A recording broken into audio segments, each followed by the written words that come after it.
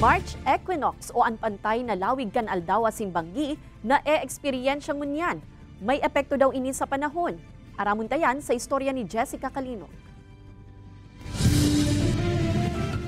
Pasado alas 5 pasananin aga. May saldang na daa sigun sa 71 anyos na si Tatay Rosendo kan Barangay Fabrica, Bula, Camarines Sur.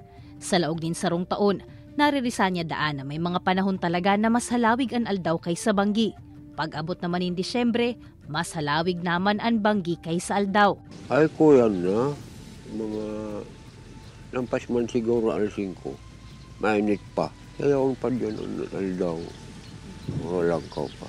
Sigun sa Pag-asa, naririsa ni Tatay Rosendo na amay na pagsaldang kan init, parte kan March equinox o vernal equinox na pigaapod, kung saan perpendicular o direktang nakatutok ang saldang sa equator kan kinaban. Nangyayari ini taon-taon tuyong 11:06 nin aga kan Marso 20.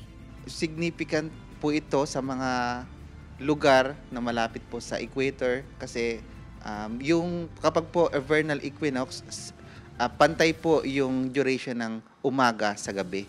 Sa mga panahon na ini, nagsisirang an aldaw sa saktong sirangan kan kinaban, asin nagsusulnup man sa saktong sulnupan. Madurar an haros parehong durasyon kan aldaw asin banggi hasta sa mga masunod na bulan. Alagad pag-abot nin Hunyo, malaog naman ang summer solstice, kung saan mas halawig naman ang aldaw kaysa banggi. Alagad may umanda ininin epekto sa kamugtakan kan panahon. Kaibanan si Jovel Obiso, Jessica Calinog, Balitang Bicolandia.